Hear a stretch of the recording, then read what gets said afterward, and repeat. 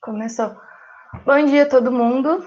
Esse é o terceiro dia do Festival de Comunicação Científica do Meio de Cultura. Essa é a nossa palestra, o papel das universidades públicas na divulgação científica. Nosso palestrante é o professor Takeshi Yamashita. Ele tem graduação, mestrado e doutorado na USP no curso de Física, e ele tem pós-doutorado em física no Instituto Tecnológico de Aeronáutica, o ITA. Ele atua como professor visitante em 2 universidades estrangeiras, uma na Dinamarca e outra no Japão. E uma das múltiplas funções dele, eu anotei todas aqui, só que eu vou falar a principal, que é como está escrito Nossa, tá chegando um monte de gente, desculpa. Como está escrito na página do festival, é que ele é assessor-chefe da Assessoria de Comunicação e Imprensa da Unesp. E ele também trabalha na área de física quântica, que eu já não é muito minha área, então não posso explicar muito. Eu espero que ele explique e se sinta mais confortável para explicar. Outros avisos para todo mundo que chegou.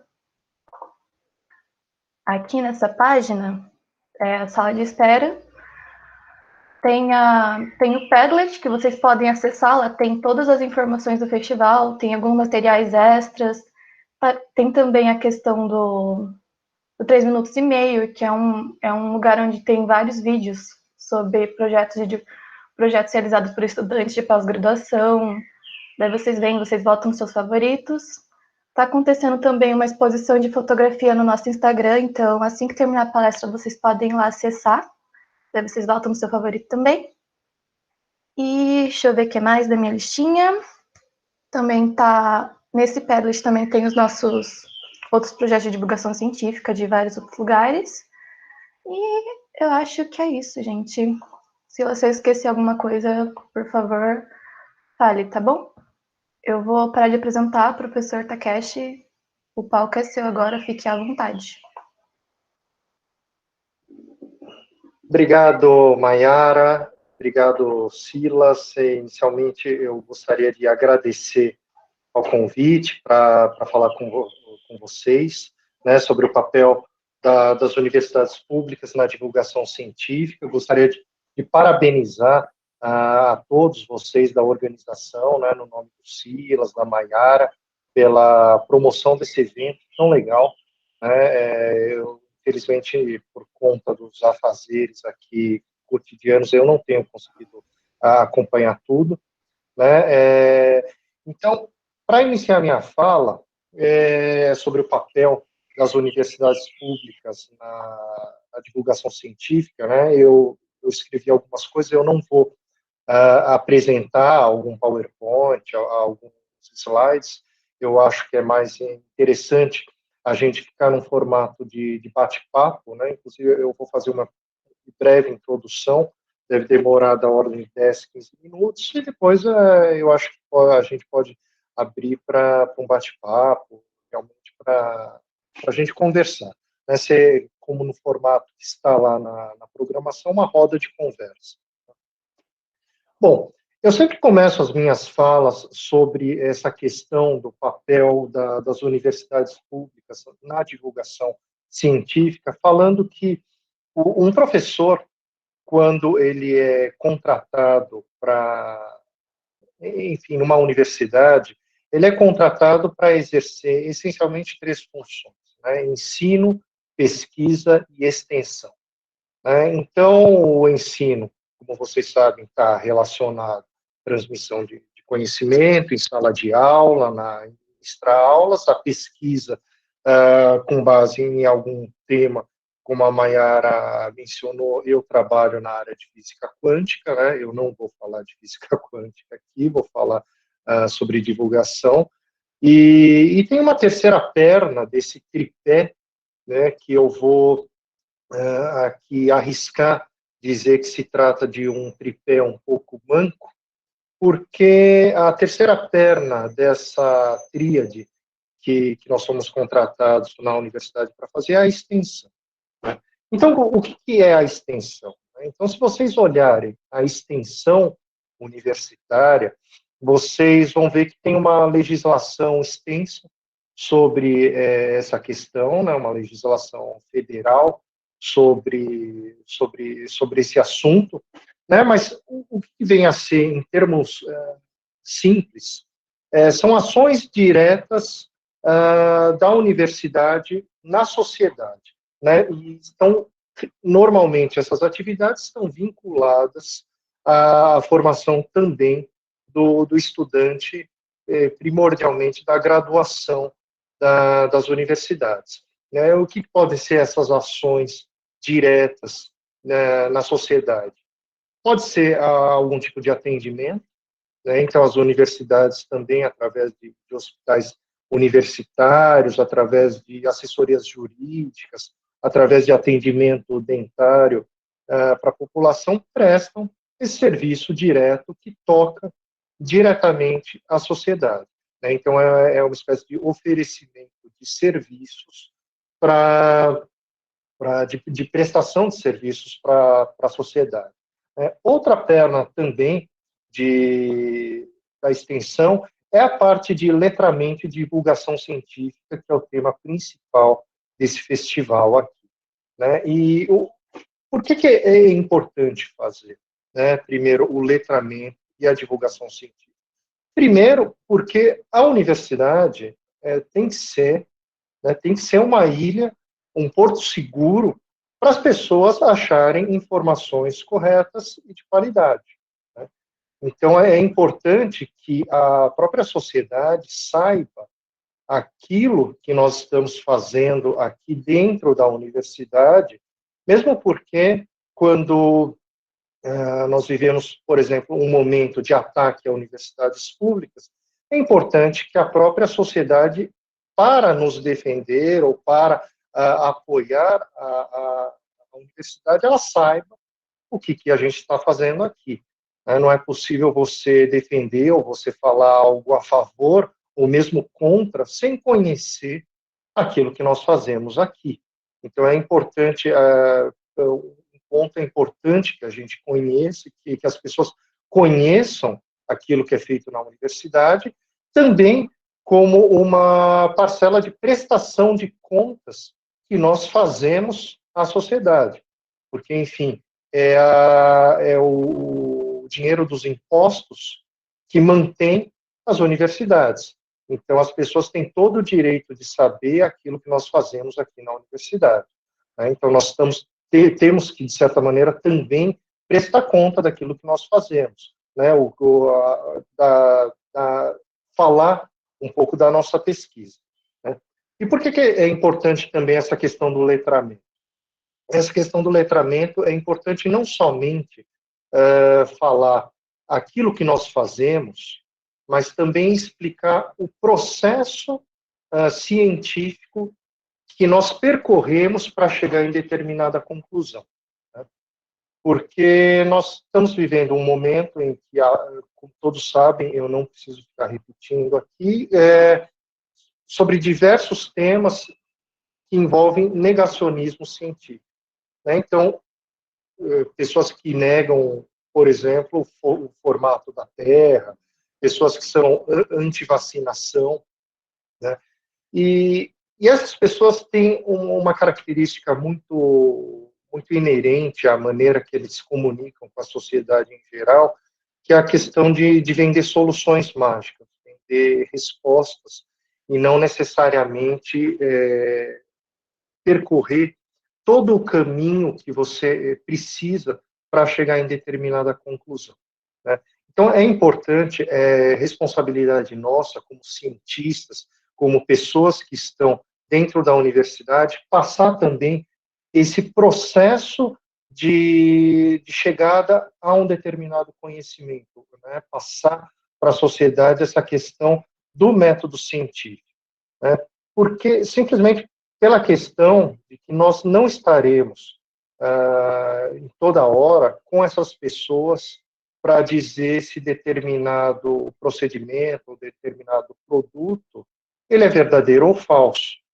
Né? Então, as pessoas têm que saber por si só saber distinguir aquilo que é verdadeiro e aquilo que é falso, né? Então, é importante que a gente, através do letramento e da divulgação, a gente passe esse conteúdo, não somente daquilo que nós fazemos na universidade, né? E aí eu menciono essa questão como uma espécie de, digamos, de marketing institucional das pesquisas que nós fazemos, mas também que a gente aponte aquilo que está errado, né?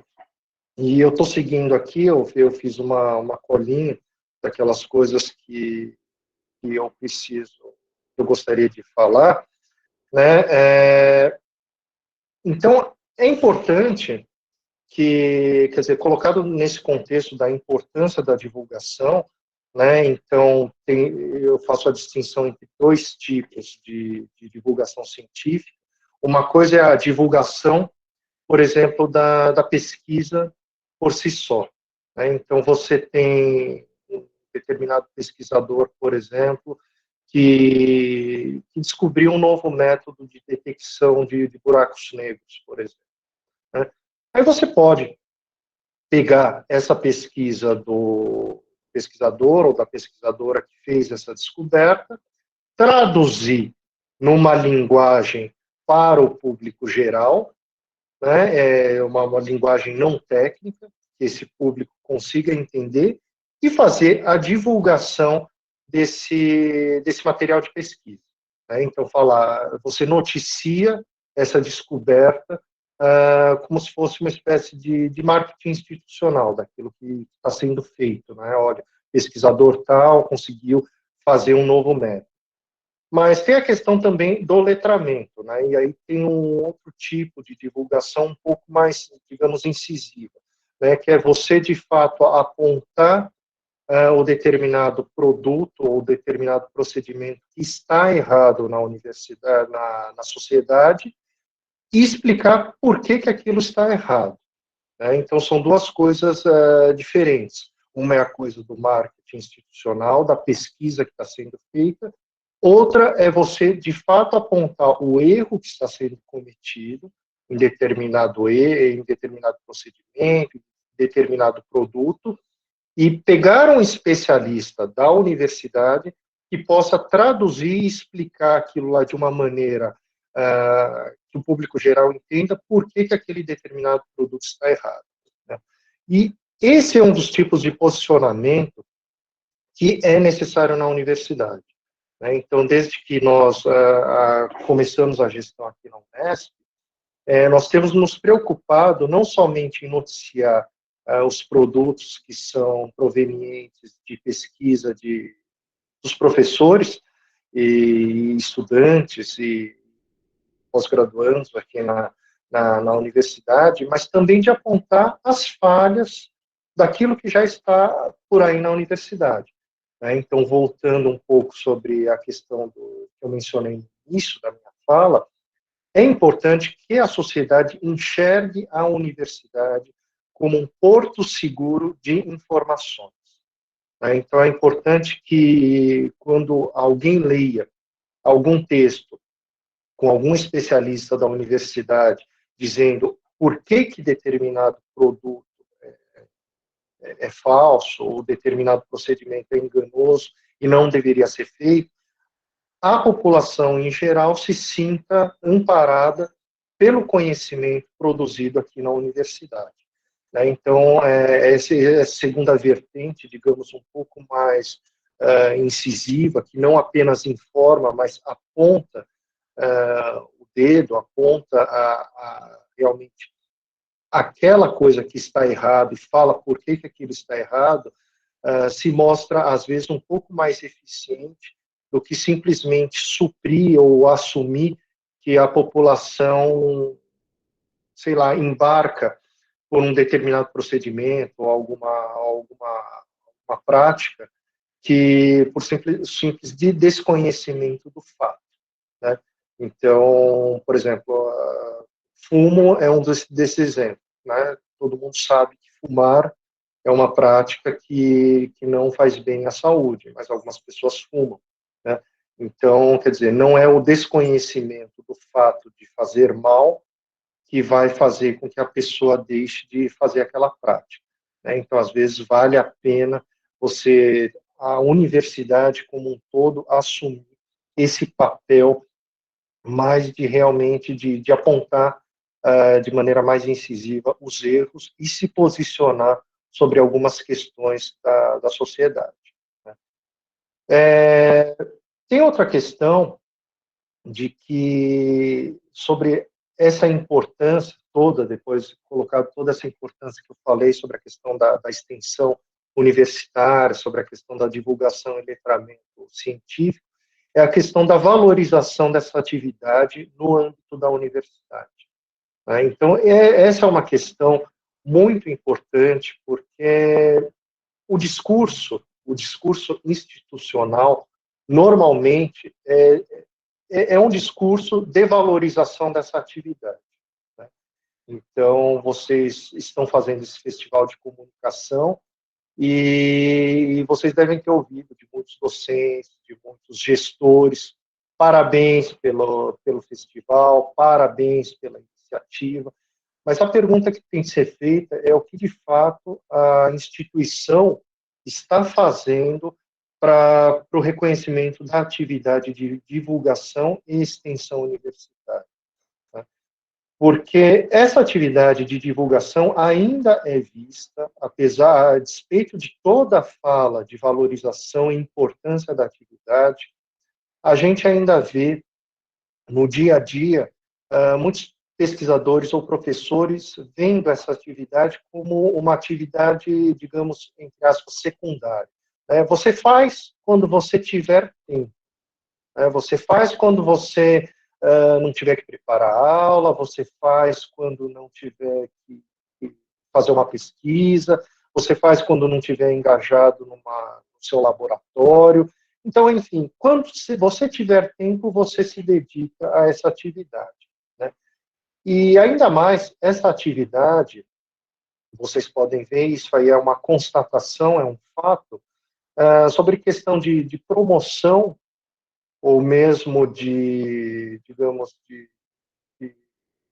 para algum tipo de punição, digamos assim, na carreira. A própria atividade de divulgação científica, de letramento, essa parte de extensão, não é levado tanto em conta, né? E essa atividade, você pode ter alguns artigos publicados em periódicos técnicos de, de algumas revistas científicas, e você pode ter, sei lá, centenas, milhares de artigos escritos em jornais de grande circulação, participação em mesas redondas, inserções em telejornais da grande mídia, de grande repercussão. Isso provavelmente não será contado muito quando abrirem um edital de concurso para a universidade, né? Então, aí você começa a se questionar. A fala de importância, de valorização dessa atividade na universidade, de fato está se refletindo em ações? A minha resposta é não, pela própria evidência que você tem, pela própria constatação dos editais, dos critérios de promoção dentro da universidade. Isso é pouco, não é levado muito em conta, né? E às vezes um próprio docente ou uma docente que se dedique a essa atividade começa a aparecer muito na TV. Você pode ou começa a gravar vídeos ou fazer muitas intervenções em redes sociais, por exemplo. O seu vai chegar e vai falar: poxa, essa pessoa não trabalha, a pessoa não faz, não está trabalhando, fica aí fazendo vídeo, colocando vídeo no YouTube, fica interagindo em rede social, fica...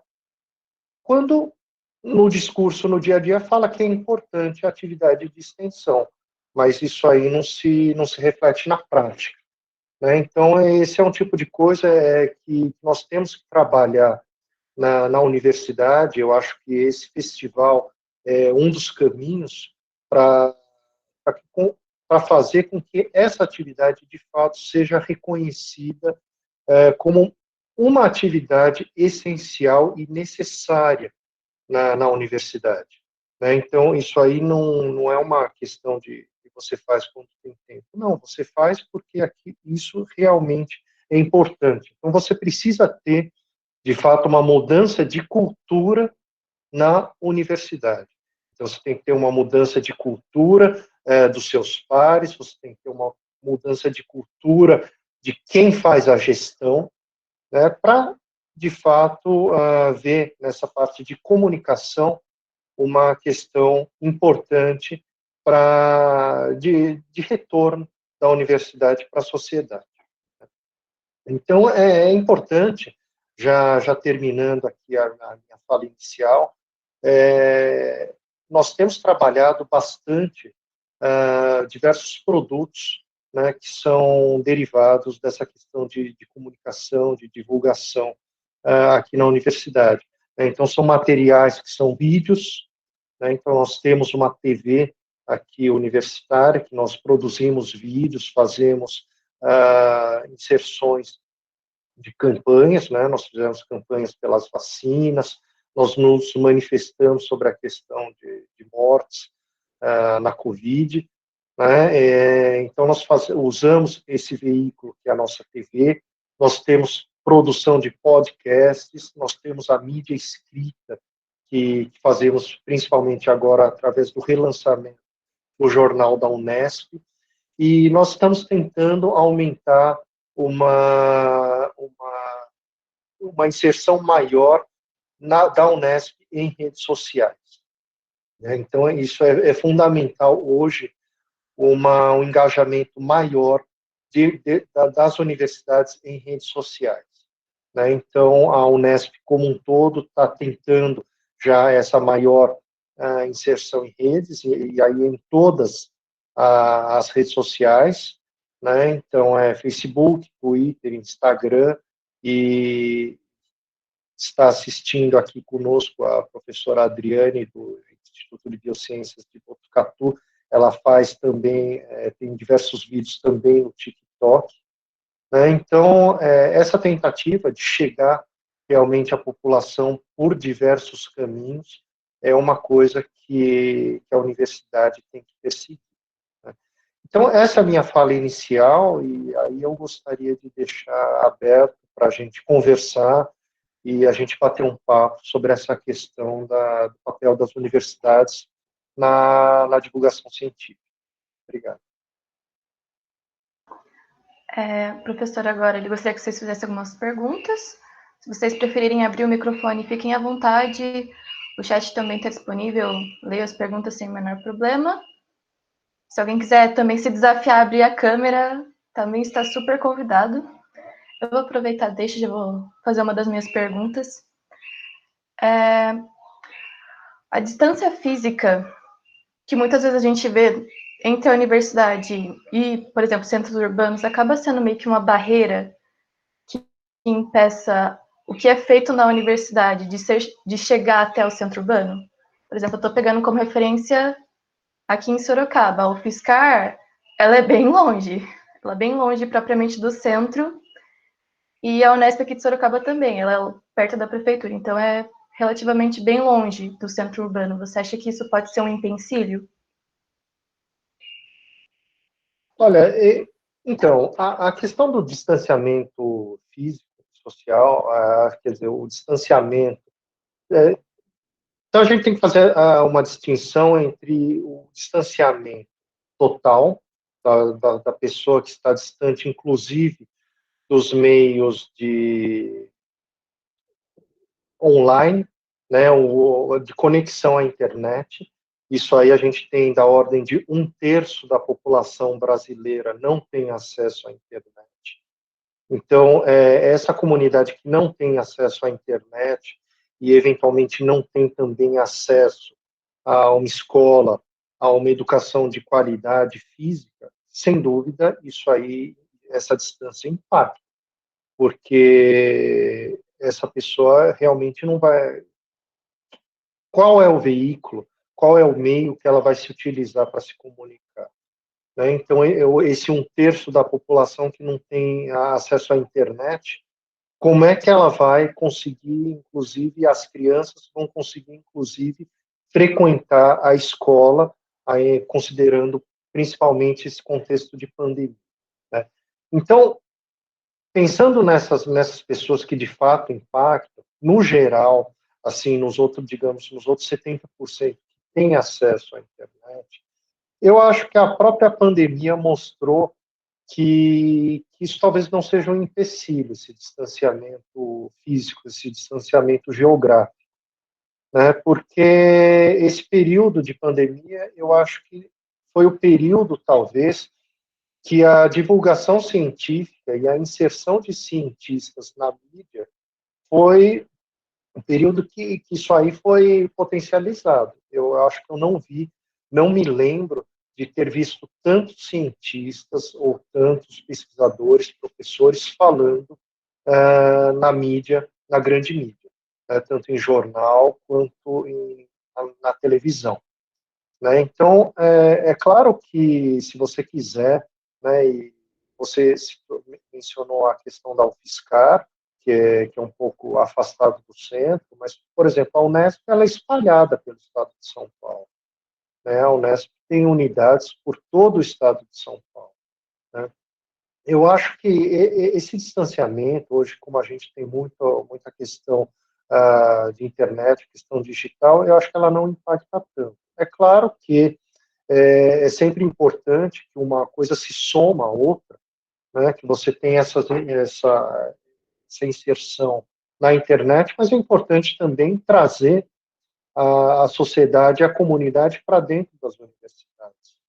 Né? Então, é importante que, talvez, uma ou duas vezes por ano, ou mais vezes por ano, você faça essa integração da sociedade com o campus. Né? Vem conhecer o nosso campus, vem conhecer aqui, você reúne alguns professores no campus e faz algum evento, vem conhecer nosso laboratório, né? Então faz um dia, sei lá, Sorocaba, no campus da UFSCar, né? Traz o pessoal para, faz alguns eventos dentro do campus, mostra a universidade, o que é feito, né? Isso sem dúvida se soma a esses outros veículos que você tem para chegar à população. Eu acho que esse distanciamento físico pode eventualmente dificultar um pouco, mas eu não acho que é impeditivo. Agora, o João Paulo ele ergueu a mão. Pode falar, João Paulo, fique à vontade. Bom dia, Marcelo, tudo bem? O meu questionamento, eu queria saber, ver você falar um pouco sobre, que eu sinto assim, o professor universitário ele tem esse papel da pesquisa, do ensino e da extensão desse tripé, um tanto quanto manco que foi citado, né? Porém, acredito, né, a formação daquele que vai ser professor universitário um dia, no nível superior, ele vem desde a pós-graduação. E já na pós-graduação, tanto a área de ensino como a de extensão, elas não são privilegiadas nem um pouco, para não dizer praticamente escassa e inexistente. E quando ela existe, ela acaba sendo como meio que uma iniciativa própria, pessoal e muitas vezes heróica do próprio aluno que está interessado nisso. E eu queria saber assim, como você vê essa questão que parece que a formação do professor do ensino superior, do professor universitário, ela é muito. Hora que você chegar lá, você aprende a pesquisa, você passa por todo um processo de você tem que pesquisar, você tem que produzir, você tem que apresentar, você tem que mostrar todas as habilidades necessárias para a pesquisa, mas no campo do ensino e da extensão, muitas vezes, de acordo, claro, com a particularidade de cada programa, ela se vê ausente. Como você vê isso impactando, né, lá na questão do professor, quando você se torna um professor, você não tem formação nenhuma, sendo que você não, espera-se que você faça uma coisa que você não aprendeu, e também como estimular isso tanto na pós-graduação, quanto já durante da própria universidade. E também um comentário sobre, assim, existe essa visão da divulgação científica, né, seria do ponto de vista da universidade levar conhecimento e seus processos para a comunidade, né? Mas também como essa postura muitas vezes pode passar como uma postura de superioridade, até provocando um afastamento, que é o que a gente acabou vendo recentemente nas questões relacionadas à pandemia. Como você vê que a gente poderia trazer a comunidade para dentro e, de fato, né, criar essa comunicação científica, né, essa via, tanto que a universidade fala, mas como a comunidade fala e traz as suas ideias, opiniões que são importantes para os resultados das pesquisas. Muito obrigado. Obrigado, João, pela pergunta, pelas colocações, e eu concordo com você. Concordo com você na questão da formação de docência e extensão. Concordo que desde que, quer dizer, em todo período, talvez excluindo as pessoas que de fato fazem licenciatura e têm uma formação voltada para a docência e essa importância, normalmente alguém que se insere depois na universidade, normalmente fez algum bacharelado, algum curso que não dá essa formação nem para dar aula, nem para fazer divulgação. Né? Então, você faz seu mestrado, faz seu doutorado, você presta concurso e, de repente, você se vê lá com uma sala na sua frente e você tem que dar aula.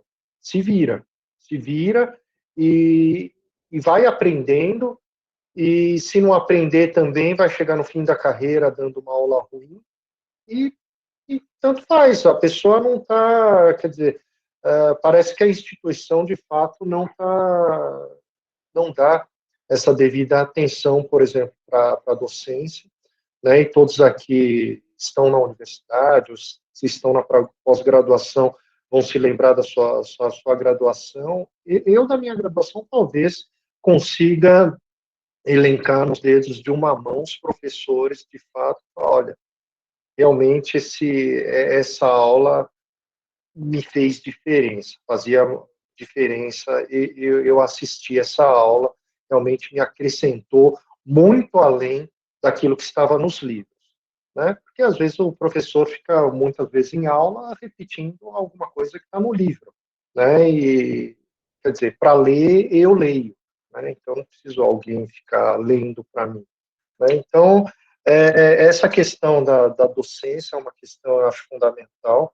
Eu acho que a gente também precisaria trabalhar essa questão de como passar o conteúdo, de como ir além daquela repetição, né, que muitos daqui vivenciaram, eu também vivenciei. E sobre a questão da divulgação, do letramento, às vezes escrever um texto de divulgação, e eu me deparei muitas vezes com isso. Às vezes chegam textos de pessoas que se propõem a escrever algum material de divulgação, e o texto não é um texto apropriado para o público geral, né? Então chega com termos técnicos, chega com frases muito assertivas, por exemplo,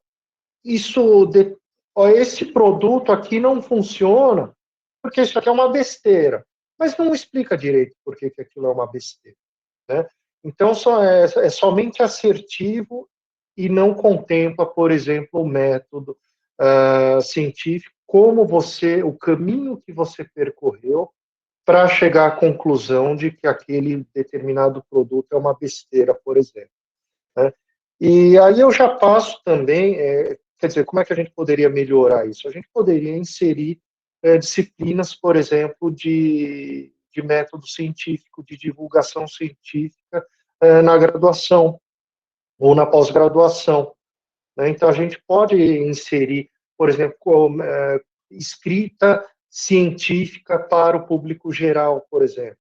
Uma disciplina desse tipo que aborde como escrever para um público geral, como você se comunicar com o público geral, as mídias disponíveis para se comunicar com o público, método científico. Então, isso seria um dos caminhos, quer dizer, a instituição abraçar essa questão de maneira de maneira institucional, né? Você institucionalmente vê que isso é uma questão importante e abraça isso através de ações concretas, né? Por exemplo, esse festival é um exemplo, é importante, você já chama a comunidade para um tema que é importante pensar, é importante, quer dizer, a própria epistemologia da questão da comunicação, do fazer, da divulgação científica é importante, né, o pensar sobre essa questão. E aí, na minha fala sobre a questão de assertividade em textos, por exemplo, essa questão do afastamento da sociedade, essa transmissão de um ar de superioridade que pode gerar um afastamento, e de fato gera um afastamento, é uma coisa que a gente tem que se policiar. E isso é uma coisa que se aprende, né? Então, é diferente. Você tem que... Diferente você... Tem maneiras de você dizer a mesma coisa, né? Então, você pode chegar para uma pessoa e falar, olha, isso aí que você está fazendo, esse procedimento, sei lá, essa prática que você está fazendo, ou esse produto que você está usando, é uma porcaria, isso aí você é idiota, que você está usando isso, não sei o quê.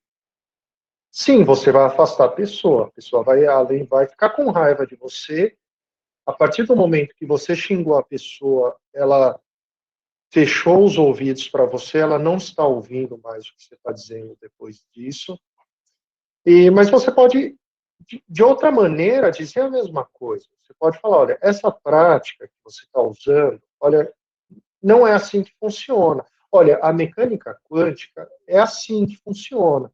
É um procedimento que a gente usa para entender o mundo dos átomos, das moléculas, mas essas conclusões da mecânica quântica não podem ser transportadas imediatamente para o nosso cotidiano. Por quê? Por causa disso, por causa daquilo. E você vai explicando. É um processo de convencimento da pessoa para saber o método, as premissas que te levaram àquela conclusão, né? Então, essa maneira não arrogante, não transmitir esse ar de superioridade, falar, olha, eu sei muito mais que você, o que você está fazendo é besteira, né? Por quê? Porque eu sou professor da universidade, então você chega lá e dá uma carteirada, né? Você usa um argumento de autoridade. Olha, isso não é assim porque sou eu que estou falando. Isso aí não funciona, né? Então é importante que os próprios pesquisadores, as pessoas da universidade se deem conta disso, de que é importante você regular a maneira que você se dirige ao público, para exatamente não gerar esse tipo de afastamento. A Thalita Fontoura, ela levantou a mão, fica à vontade para falar. E quem mandou perguntas no chat, eu já vou ler. Primeiro eu vou deixar as pessoas que levantaram a mão falarem primeiro, e logo a gente passa para as perguntas do chat, tá bom?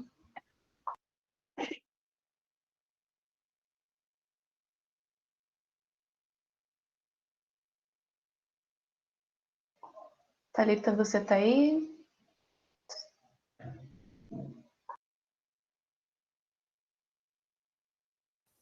Eu acho que ela saiu, né? Eu levantei a mão também. Será que eu posso fazer a pergunta antes da Thalita? Pode sim, fica à vontade.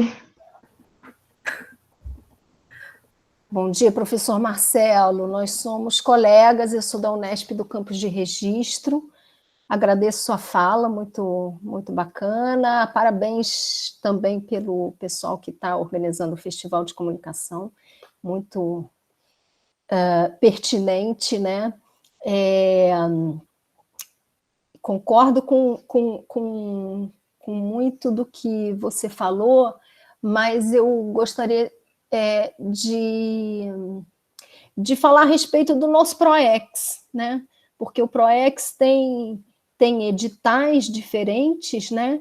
E a gente tem um edital de inovação e tecnologia social, que eu acho que tem uma verba em torno de R$4.000 para um ano, e o edital que sai na mesma época, PROEX também, de difusão e conhecimentos científicos e humanísticos, que o edital é de R$1.000.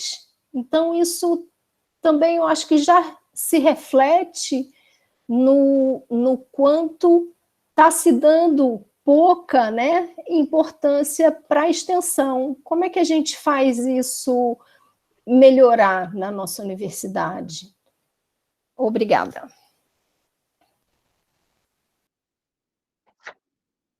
Bom dia, Marília. Tudo bem? Acho que a gente não se conhecia. Prazer em conhecê-la. Então, Marília, é uma questão de... Então, o problema da questão, principalmente de recursos, e eu acho que aí envolve uma questão de distribuição de algo que é finito, de algo que é limitado para diversas iniciativas da universidade. Eu acho que aí esbarra em outra questão que talvez seja uma valorização.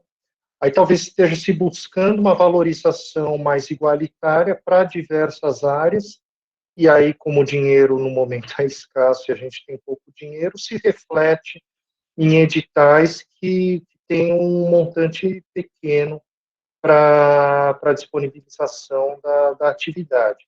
Né? Então, eu não saberia dizer, por exemplo, neste momento, o quanto de fato existe o total e como foi feita essa divisão. Né? Eu acho que a existência, por exemplo, de um edital já mostra uma mudança, uma tentativa de mudança na direção de uma cultura de valorização dessas atividades de divulgação, como você mencionou, não somente científica, mas a universidade não é só ciência, a universidade é artes, humanidades, e muita coisa que vai além da ciência, e tão importante quanto a ciência, né? Então, é importante a valorização de todas essas atividades, e eu não sei exatamente, quer dizer, metrificar com a questão de metrificar diretamente a questão de montante que é destinado para a atividade com a questão da importância que se dá a essa atividade, porque eu não sei como foi feita essa distribuição.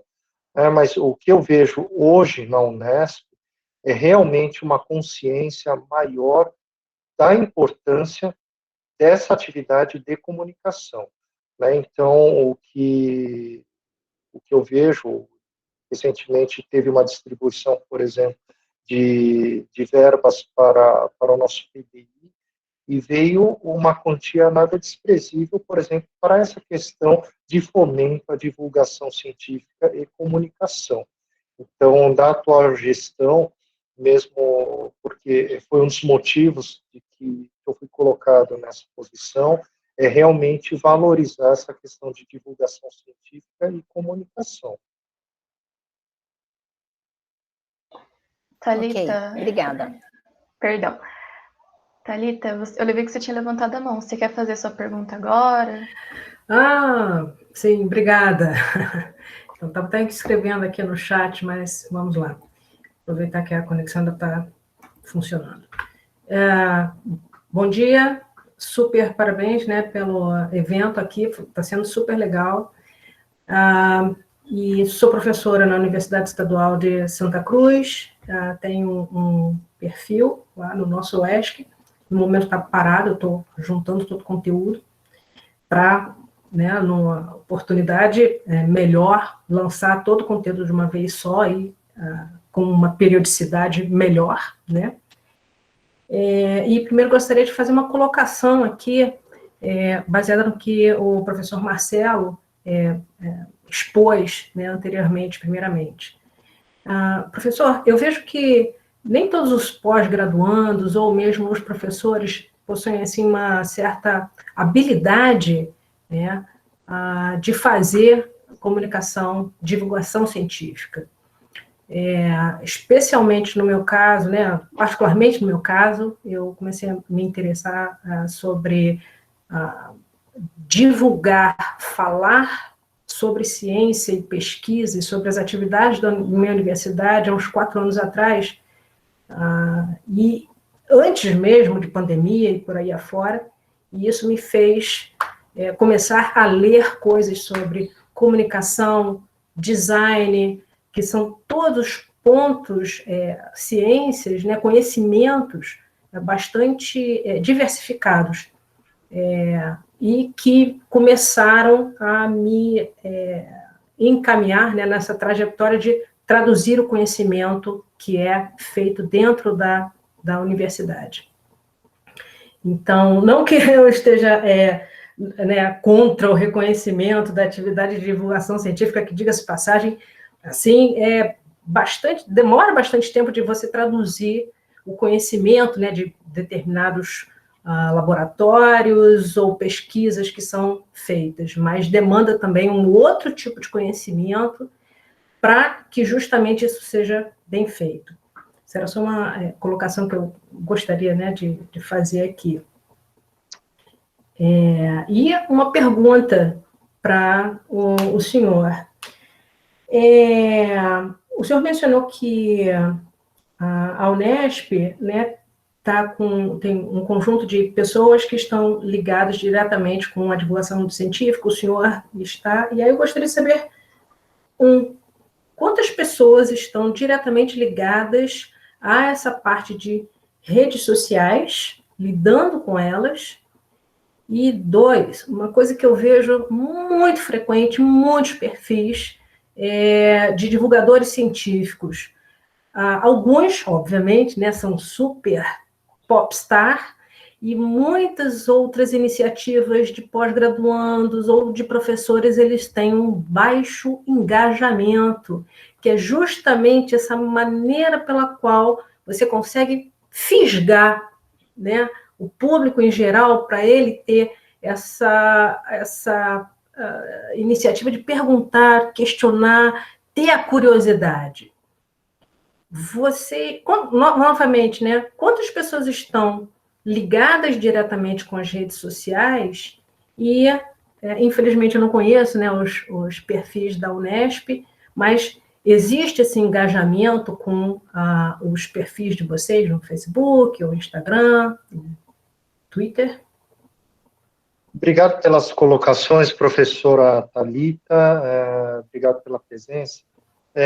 Primeiro, um comentário sobre o seu comentário. Eu concordo com você que quando você menciona que, de fato, nem todos os pesquisadores e professores têm habilidade para divulgação, né? Então, é um processo que se aprende, né? E, na verdade, eu fui colocado aqui na assessoria de comunicação e imprensa da Unesp por fazer divulgação já há bastante tempo, né? E em 2018 eu acabei criando, junto com uma rede de amigos, um instituto Questão de Ciência, né? Uma associação não governamental, tem uma presidente, falando em popstar, que a presidente é a Natália Pasternak, né?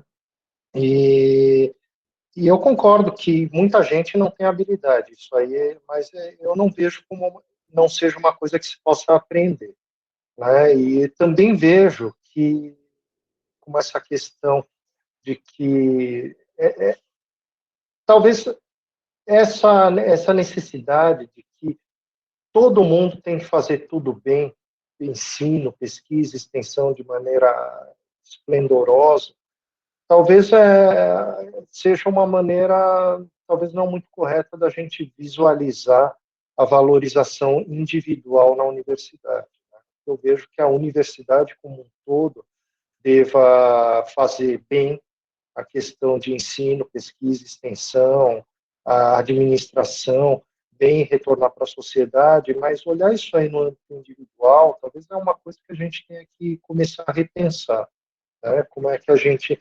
realmente faz isso? Porque eu venho do Instituto de Física Teórica. Eu tenho exemplos de professores lá que eu acho que realmente não seria uma boa escolha para fazer divulgação científica ou se comunicar com a sociedade, porque provavelmente afastariam mais do que trariam para junto da universidade.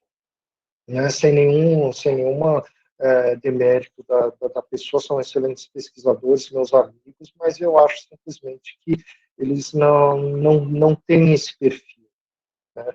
E sobre a questão de quantas pessoas atuam aqui nas redes sociais, como é o engajamento das pessoas com as nossas redes, nós temos da ordem, assim, de, digamos, 100 mil pessoas, assim, seguindo a Unesp, em média, no Facebook, Twitter e Instagram, né, e LinkedIn, né? Então, tem 100 mil, 150 mil, 200 mil pessoas, varia de acordo com a rede social. A rede social institucional que nós temos aqui, trabalhando aqui, o conteúdo que sai, digamos assim, da assessoria de comunicação e imprensa da Unesp, tem uma pessoa trabalhando nessas redes sociais, né? Então, a pessoa sobe o conteúdo, mas a gente não tem a interação é feita, obviamente, a gente tem as curtidas, tem o engajamento do público, e varia isso muito com o tipo de postagem. A gente não tem essa prática de interagir, por exemplo, responder comentários, porque a gente não tem como gerenciar isso. E a gente tem as iniciativas individuais das unidades, né? Nós temos 136 cursos aqui na Unesp, e cada um dos cursos, não cada um, mas um percentual desses cursos tem, às vezes, uma página na rede social, geram conteúdos na rede social. Nós temos iniciativas individuais nas unidades, com a criação de algumas redes sociais. Isso aí eu não tenho como dizer para você exatamente como é esse gerenciamento. A gente não tem esse controle centralizado das iniciativas individuais das unidades aqui na Unesp. Temos algumas perguntas no chat, mas acho que pelo tempo não vai dar para responder todas. Peço desculpa desde já aos participantes. Talvez num futuro festival a gente deixe um tempinho um pouquinho maior, e o senhor, obviamente, vai ser contado de novo, se o senhor quiser. Às 11 horas é a palestra do programa da Rosália. Quem está inscrito já estou avisando. E eu vou fazer, acho que dá tempo de fazer mais umas 2 perguntas. Eu vou ler aqui para o senhor. A pergunta é da Thalia. O senhor acha que os alunos são hoje os principais responsáveis pela extensão? Como, por exemplo, fazer vídeos para redes sociais de forma autônoma, sem apoio da universidade? Eu acho que os alunos têm grande contribuição, sim, na parte de extensão, e tem feito bastante. Tem alguns alunos que realmente conseguem um engajamento muito grande em redes sociais, né? Então, tem uns amigos, inclusive, que saíram, alguns que estão e alguns que já saíram, têm um grande engajamento, assim, um grande número de seguidores, né? Eu não saberia dizer, assim, se seriam os grandes atores e atrizes, no caso da extensão. Eu acho que eles têm um papel muito, muito importante e se somam às diversas iniciativas, tanto institucionais quanto de docentes, e eu acho que é uma soma, uma contribuição. Eu não sei dizer se é o maior, se é a maior contribuição, porque ainda assim teria que ter também impacto, os resultados concretos dessas iniciativas que a gente tem, desses divulgadores científicos em redes sociais.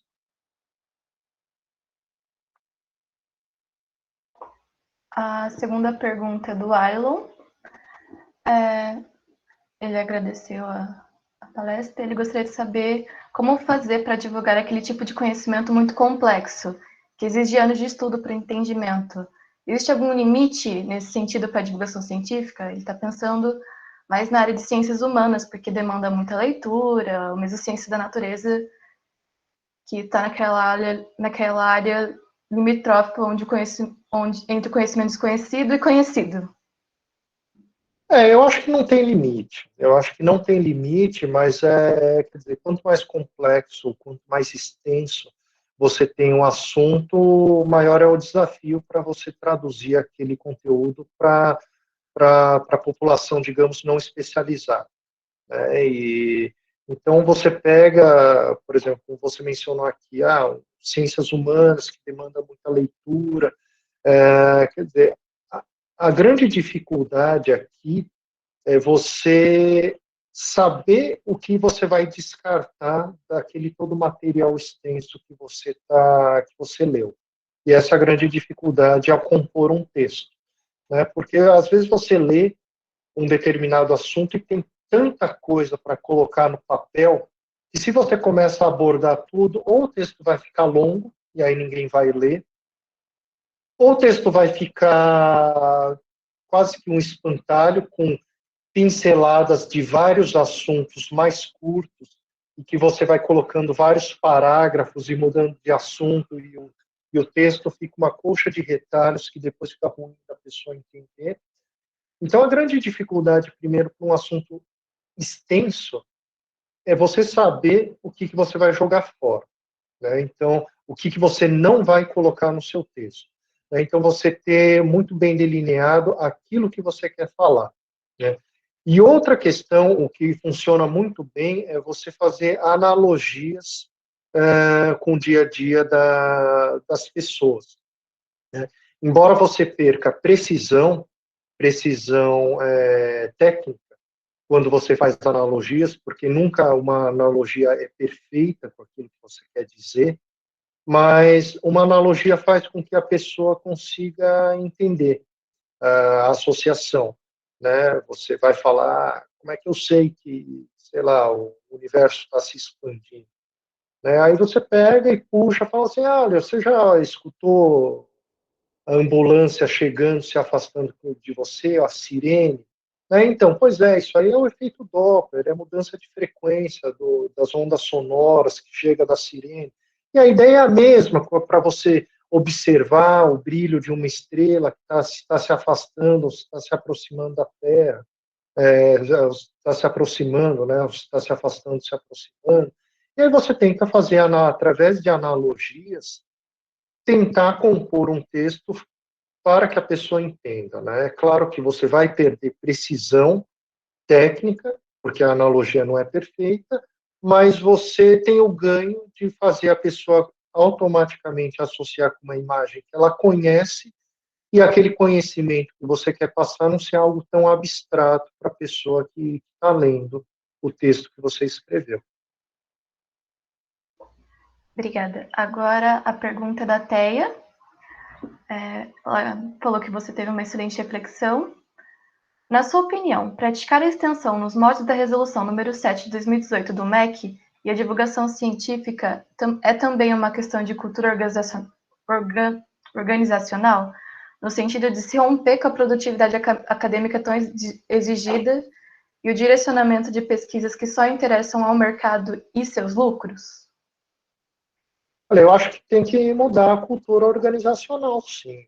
Acho que aí eu tenho um exemplo aqui que eu coordenava um programa de divulgação científica no meu instituto, que é o Instituto de Física Teórica, né? E tinha um evento que se chamava Física ao Entardecer, que era para trazer assuntos de ponta de física, assuntos realmente pesquisa complexa, né? Voltando à questão anterior, né? Pesquisas complexas, mas trazer pesquisadores conhecidos da comunidade de físicos para falar sobre esse assunto complexo da física, né? O meu instituto, ele não tem graduação, por exemplo. Ele não tem graduação, ele só tem pós-graduação. E por 20 anos, apesar desse projeto ter 20 anos, eu nunca consegui cadastrar esse projeto como um projeto, oficialmente, como um projeto de extensão. Porque esse projeto de extensão necessariamente exige a participação de alunos de graduação, né? E como o meu instituto não tinha graduação, eu nunca consegui cadastrar. E a gente levou ele por 20 anos, né, com financiamento próprio, que a gente tinha os nossos financiamentos, a maneira da gente pagar, por exemplo, uma passagem de algum professor que vinha de outra cidade, de outro estado, ministrar palestra, né?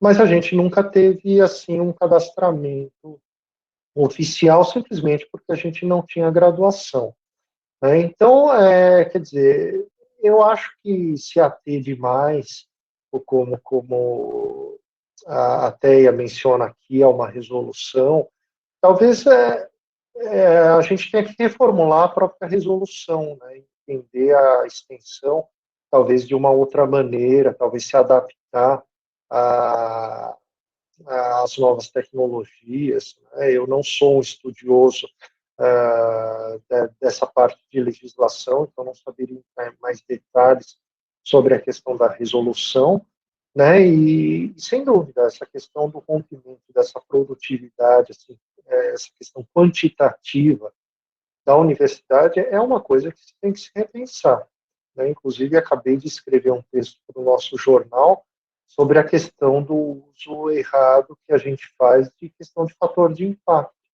em periódicos, né? A gente se prende demais a números, a questões quantitativas e acaba esquecendo um pouco da qualidade. Acho que agora foram todas as perguntas. Então, vou dar aqui um encerramento, porque já deu horário. Muito obrigada, Marcelo. Estamos eternamente gratos por você ter participado. Sua colocação foi maravilhosa. Teve uma participação do público muito legal. Fico feliz que todos participaram também. Uns últimos avisos. No nosso Instagram está acontecendo uma exposição de fotos. Daí vai ter um concurso. Vocês podem ir lá para votar. Também está tendo 3 minutos e meio, que são projetos de divulgação científica falado em 3 minutos, são vídeos curtinhos. Tem tudo no Padlet também, que foi disponibilizado para vocês, e eu acho que é isso. Agora está acontecendo a palestra da Usália do Ciência Viva. Se vocês escreveram, vão para lá, e novamente muito obrigada pela sua participação. Eu que agradeço, Maiara, Silas, mais uma vez obrigado. Silas teve que sair para ajudar na outra palestra, mas ele agradeceu muito também. Tá bom. Tchau. Tchau, tchau. Muito obrigada a todos por participarem.